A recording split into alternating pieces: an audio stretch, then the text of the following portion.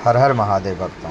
श्रावण मास सोमवार व्रत कर रहे हैं तो इस कथा को पढ़े बिना नहीं मिलेगा पुण्य। श्रावण सोमवार की कथा के अनुसार अमरपुर नगर में एक धनी व्यापारी रहता था।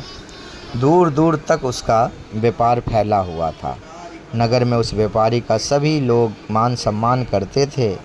इतना सब कुछ होने पर भी वह व्यापारी अंतर मन से बहुत दुखी था, क्योंकि उस व्यापारी का कोई पुत्र नहीं था। दिन रात उसे एक ही चिंता सताती रहती थी, उसकी मृत्यु के बाद उसके इतने बड़े व्यापार और धन संपत्ति का कौन संभालेगा। पुत्र पाने की इच्छा से वह व्यापारी प्रति सोमवार भगवान शिव की व्रत पूजा किया करता था। सायंकाल को व्यापारी शिव मंदिर में जाकर भगवान शिव के सामने घी का दीपक जलाया करता था।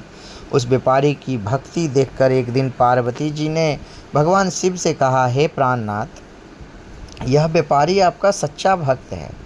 कितने दिनों से यह सोमवार का व्रत और पूजा नियमित कर रहा है। भगवान आप इस व्यापारी की मनोकामना अवश्य पूर्ण करें। भगवान शिव ने मुस्कुराते हुए कहा, हे पार्वती, इस संसार में सबको उसके कर्म के अनुसार फल की प्राप्ति होती है। प्राणी जैसा कर्म करते हैं उन्हें वैसा ही फल प्राप्त होता है। इसके बावजूद पार्वती जी नहीं मानी। उन्होंने आग्रह करते हुए कहा, नहीं प्राणनाथ, आपको इस व्यापारी की इच्छा पूरी करनी ही पड़ेगी। यह आपका अनन्य भक्त है। प्रति सोमवार आपका विधिवत व्रत रखता है और पूजा अर्चना के बाद आपको भोग लगाकर एक समय भोजन ग्रहण करता है। आपको इसे पुत्र प्राप्ति का वरदान देना ही होगा।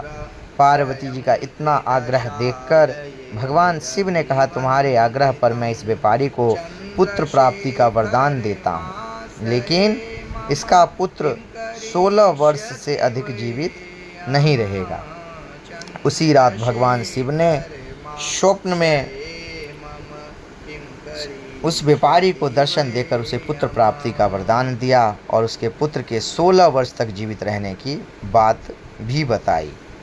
भगवान के वरदान से व्यापारी को खुशी तो हुई, लेकिन पुत्र की अल्पायु की चिंता ने उस खुशी को नष्ट कर दिया। व्यापारी पहले की तरह सोमवार का विधिवत व्रत करता रहा। कुछ महीने पश्चात उसके घर अति सुंदर पुत्र उत्पन्न हुआ। पुत्र जन्म से व्यापारी के घर में खुशियां भर गई। बहुत धूमधाम से पुत्र जन्म का समारोह मनाया गया। व्यापारी को पुत्र जन्म की अधिक खुशी नहीं हुई, क्योंकि उसे पुत्र की अल्प आयु के रहस्य का पता था। यह रहस्य घर में किसी को नहीं मालूम था। विद्वान ब्राह्मणों ने उस पुत्र का नाम अमर रखा। जब वह अमर 12 वर्ष का हुआ तो शिक्षा के लिए उसे वाराणसी भेजने का निश्चय हुआ। व्यापारी ने अमर के मामा दीपचंद को बुलाया और कहा कि अमर को शिक्षा प्राप्त करने के लिए वाराणसी छोड़ आओ। अमर अपने मामा के साथ शिक्षा प्राप्त करने के लिए चल दिया। रास्ते में जहाँ भी अमर और दीपचंद रात्रि में विश्राम के लिए ठहरते, वहीं यज्ञ करते और ब्राह्मणों को भोजन कराते थे। लंबी यात्रा के बाद अमर और दीपचंद एक नगर में पहुँचे। उस नगर के राजा की कन्या के विवाह की खुशी में पूरे नगर को सजाया गया था। निश्चित समय पर बारात आ गई, लेकिन वर का पिता अपने बेटे के एक आँख से काने होने के कारण बहुत चिंतित था। उसे इस बात का भय सता रहा था कि राजा को इस बात का पता चलने पर कहीं वह विवाह से इनकार न कर दे, इससे उसकी बदनामी होगी।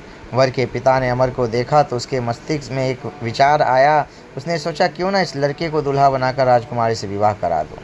विवाह के बाद इसको धन देकर विदा कर दूंगा और राजकुमारी को अपने नगर में ले जाऊंगा। वर के पिता ने इसी संबंध में अमर और दीपचंद से बात की। दीपचंद ने धन मिलने के लालच में वर के पिता की बात स्वीकार कर ली। अमर को दूल्हे के वस्त्र पहनाकर राजकुमारी चंद्रिका से विवाह करा दिया गया। राजा ने बहुत सा धन देकर राजकुमारी को विदा किया। अमर जब लौट रहा था तो सोच नहीं छिपा सका और उसने राजकुमारी को ओढ़नी पर लिख दिया कि राजकुमारी चंद्रिका, तुम्हारा विवाह तो मेरे साथ हुआ था।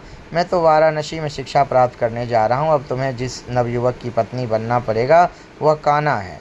जब राजकुमारी ने अपनी ओढ़नी पर लिखा हुआ पढ़ा तो उसने काने लड़के के साथ जाने से इनकार कर दिया। राजा ने सब बातें सुनकर राजकुमारी को महल में रख लिया। उधर अमर अपने मामा दीपचंद के साथ वाराणसी पहुंच गया। अमर ने गुरुकुल में पढ़ना शुरू कर दिया।